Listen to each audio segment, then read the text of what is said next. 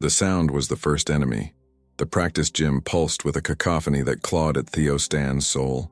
The sharp squeak of sneakers on polished wood, the heavy thud of a basketball hitting the floor, the shouts of Coach Antoni Pavlidis that sliced through the air like broken glass. For others, it was the sound of work, of passion, of routine. For Theo, it was a sensory storm, a constant assault that forced him to shrink inward, to create a bubble of silence amidst the chaos. He stood in the corner of the court near the whiteboard, his shoulders hunched, his gaze fixed on the patterns his fingers traced in the air, an invisible dance of lines and angles. He saw the game in a way no one else could, not as a contest of strength, but as a problem of geometry and motion. And it was precisely this difference, this quiet genius, that would place him at the eye of the storm. Where are you watching this story from? Wherever you are, know that it's about a kind of strength that isn't measured in muscle. If you believe human potential goes beyond what the eye can see, subscribe now, because what happened on that court changed everyone's lives forever. The voice of his mother, Hana Singh, was the only sound that could pierce Theo's barrier without hurting him. If she were here, she would tell the story from the beginning, with the patience of someone who learned to see the world through a different filter. She'd say Theo had always been an observer. While other children ran and shouted on the playground, he'd sit in the sand, fascinated by how the sunlight cast geometric shadows on the toys. He didn't talk much, but his eyes absorbed everything. The autism diagnosis came late, after years of frustration, of teachers calling him slow or disinterested, of doctors suggesting a lack of discipline.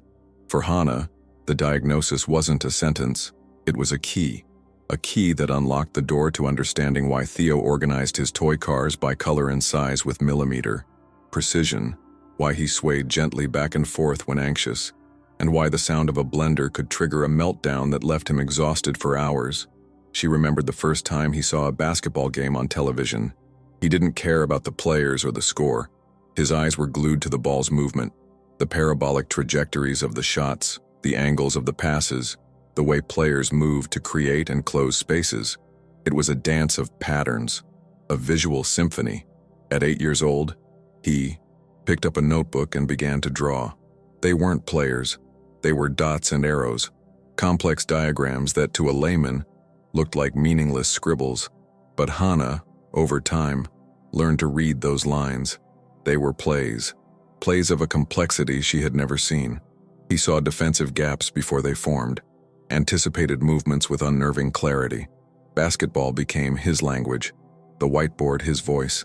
It was the only way he had to translate the perfect geometry that existed in his mind into the chaotic world outside. Landing a job as a junior strategy assistant for an NBA team felt like a miracle, validation that his inner world had value. But Hana knew, with a heavy heart, that the real world rarely has the patience to learn a new language, especially a world as brutal and competitive as high-performance sports. The hope Theo's family felt upon securing the spot on the team was fragile, like a thin sheet of ice over a deep lake. They thought someone would finally see what they saw, that his talent would speak louder than his difficulty making eye contact or his need for noise-canceling headphones during timeouts. But the reality of daily life was a succession of small, painful disappointments. The other assistant coaches, like Owen Visser and Max Richard, tried to include him, but their conversations were fast-paced, filled with the kind of banter and social cues Theo couldn't decipher. They spoke of stats and performance, but Theo saw the game as a living entity, a flow of energy and geometry. When he tried to show them his notebooks filled with diagrams that looked more like constellations than basketball plays, they'd smile condescendingly. "Interesting, Theo. Very artistic," Max would say, before returning to his three-point shooting spreadsheets. Head coach Antoni Pavlidis was a man forged in pressure, a brilliant former player whose career was cut short by injury. He coached with the same fierce intensity he played with. He demanded constant communication, shouted encouragement, and required eye contact. To him, a team was a military unit, and Theo was a piece that didn't fit. Pavlidis saw Theo's silence as arrogance. He saw his aversion to direct gaze as disrespect. He saw his repetitive hand movements as a sign of weakness or nervousness that could infect the team. He ignored Theo for the most part, delegating him minor tasks like organizing practice jerseys or filling water bottles. It was a silent, daily humiliation. Theo, who could see the architecture of a win in 5 moves, was reduced to an invisible functionary. The false hope that his talent would be enough dissolved with each passing day, replaced by the familiar ache of being an outsider, an enigma no one was interested in solving. That gym, which should have been the stage for his consecration, was becoming just another place where he was fundamentally misunderstood.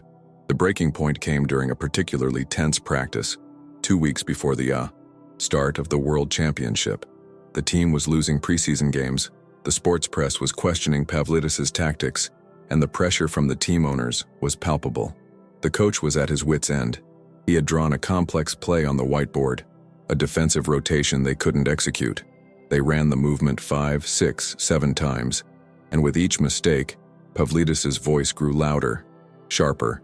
"Again! Faster! Where's the communication?" he roared, his face flushed with fury. On one of the errors, the ball bounced and rolled to Theo's feet.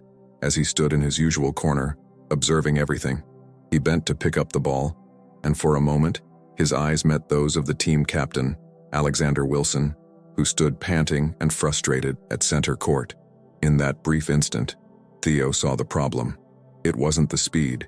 It was the initial pivot angle.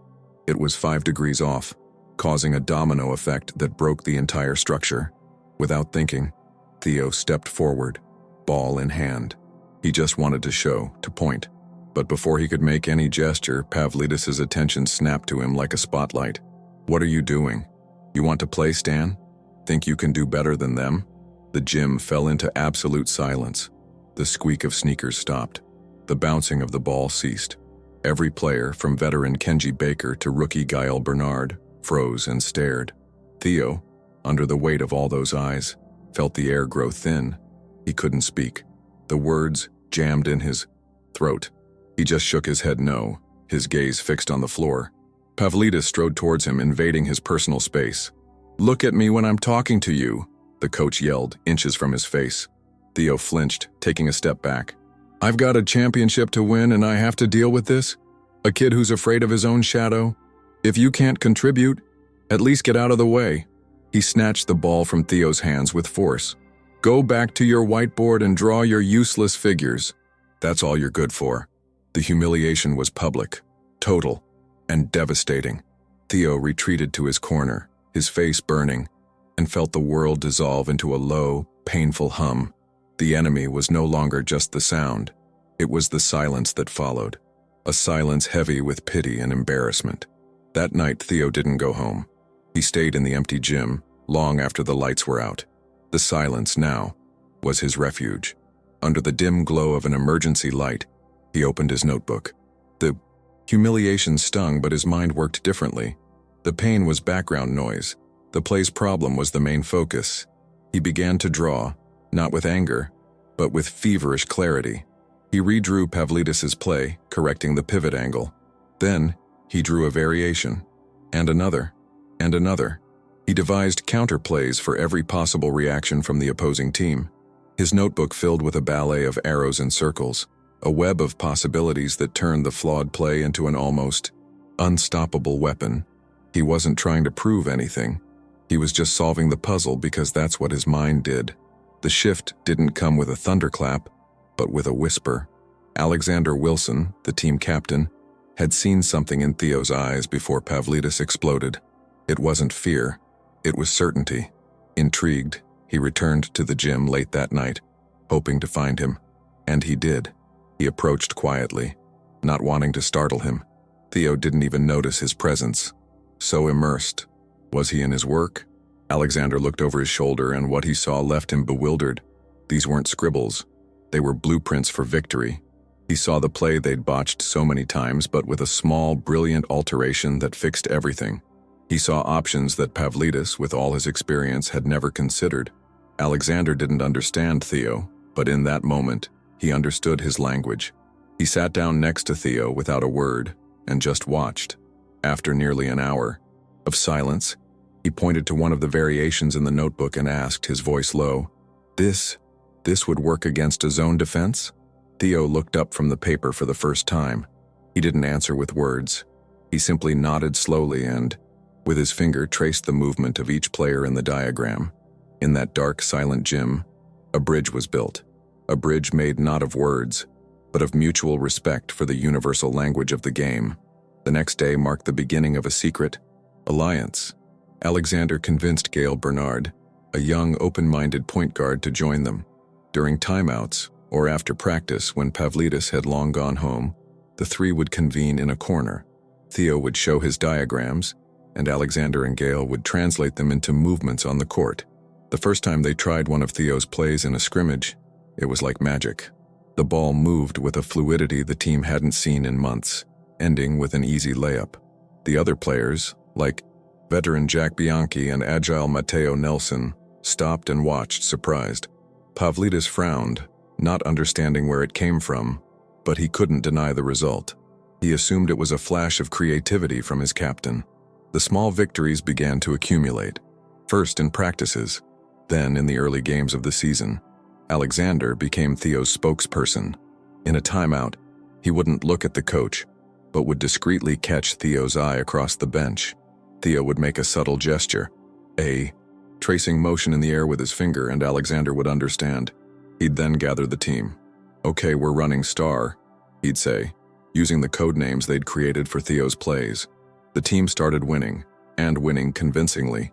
The defense, once confused, became a wall. The offense, once predictable, became an unpredictable, deadly dance. The players began to look at Theo differently, no longer with pity, but with a mix of admiration and curiosity. They didn't need to understand him to respect what his mind could produce. He remained quiet with his headphones and his notebooks, but now there was an invisible circle of protection around him.